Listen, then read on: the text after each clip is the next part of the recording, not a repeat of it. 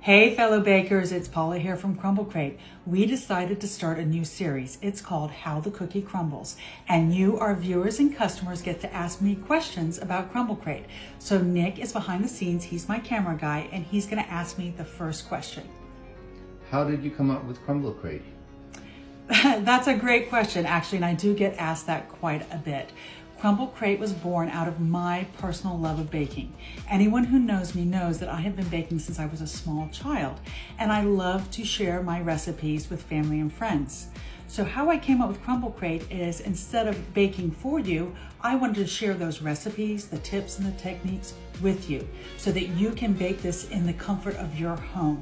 It's really about forming a baking community where we all experience these wonderful recipes together and we get to share our tips, our techniques, how we did our beautiful photos and our recipes together. I really do hope that you enjoy the baking kits and that you come bake with us soon.